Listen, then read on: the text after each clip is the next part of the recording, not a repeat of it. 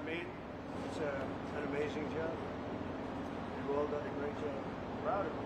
Mr. President, Mr. Governor, what's the message to Governor Gavin Newsom inside of this facility? Well, the first thing you should do is come here and learn something, because they don't do this. They don't know. They wouldn't know where to begin, and if they did, it would cost them 100 times more. So I would say he should call the governor and Christie, and I'm sure you'd give him because his state is a disaster, and he doesn't do this. Well, they have the original Alcatraz, so you guys could approve him being able to set one of these up over there. I'm sure the secretary would be happy to do that and provide. So my sense is he's probably not going to bite on that, but I don't know that they'd be able to come in at cost because they tried to do this high-speed rail. They spent like 150 billion, no tracks. We've got a privately funded rail in Florida from Miami to Orlando. It costs the taxpayers zero, and it's very successful. So it's just a much different approach between states.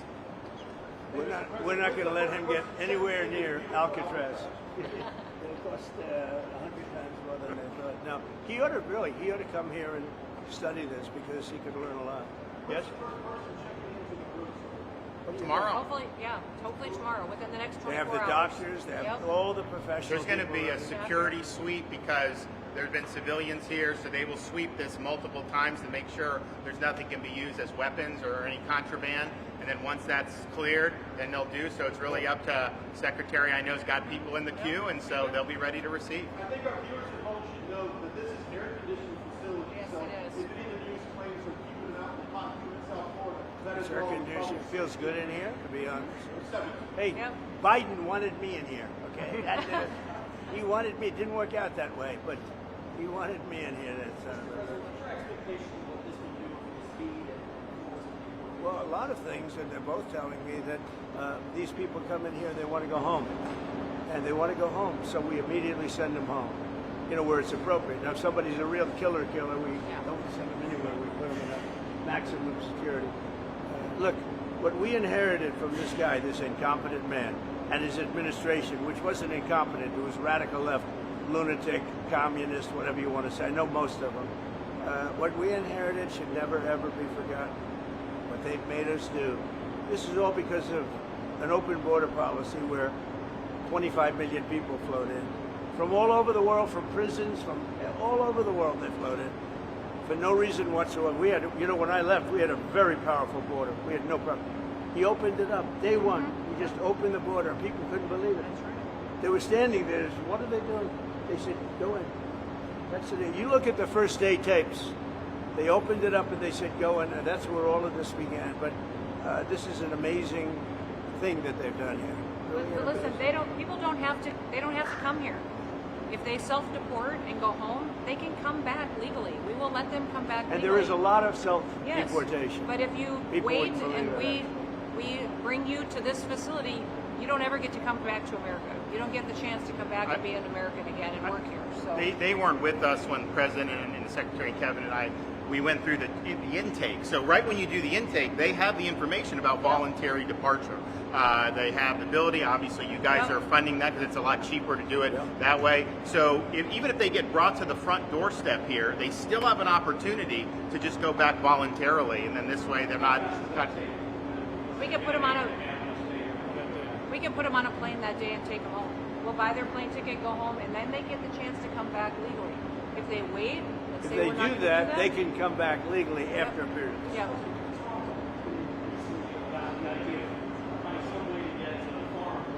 Yeah.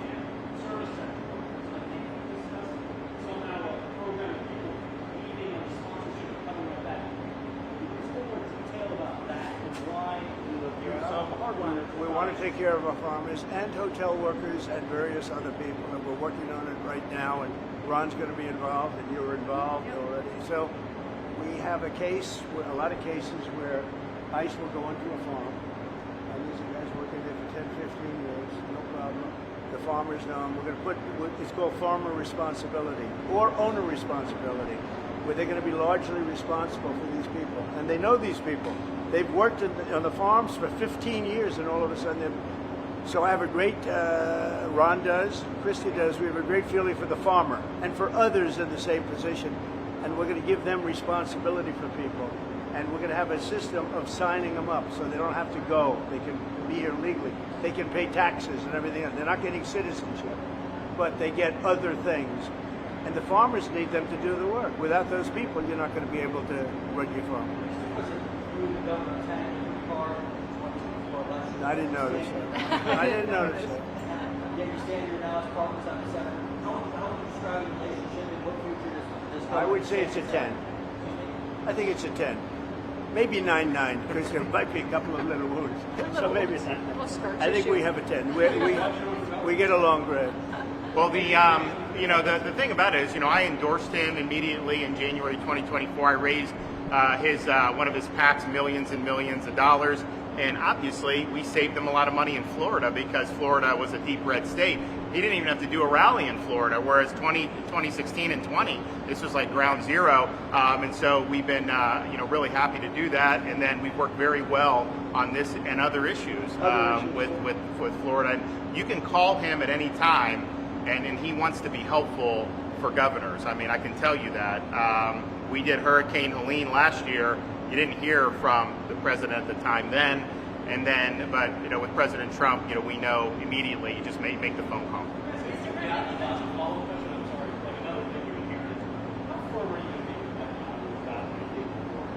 Very firm, but he wants it too.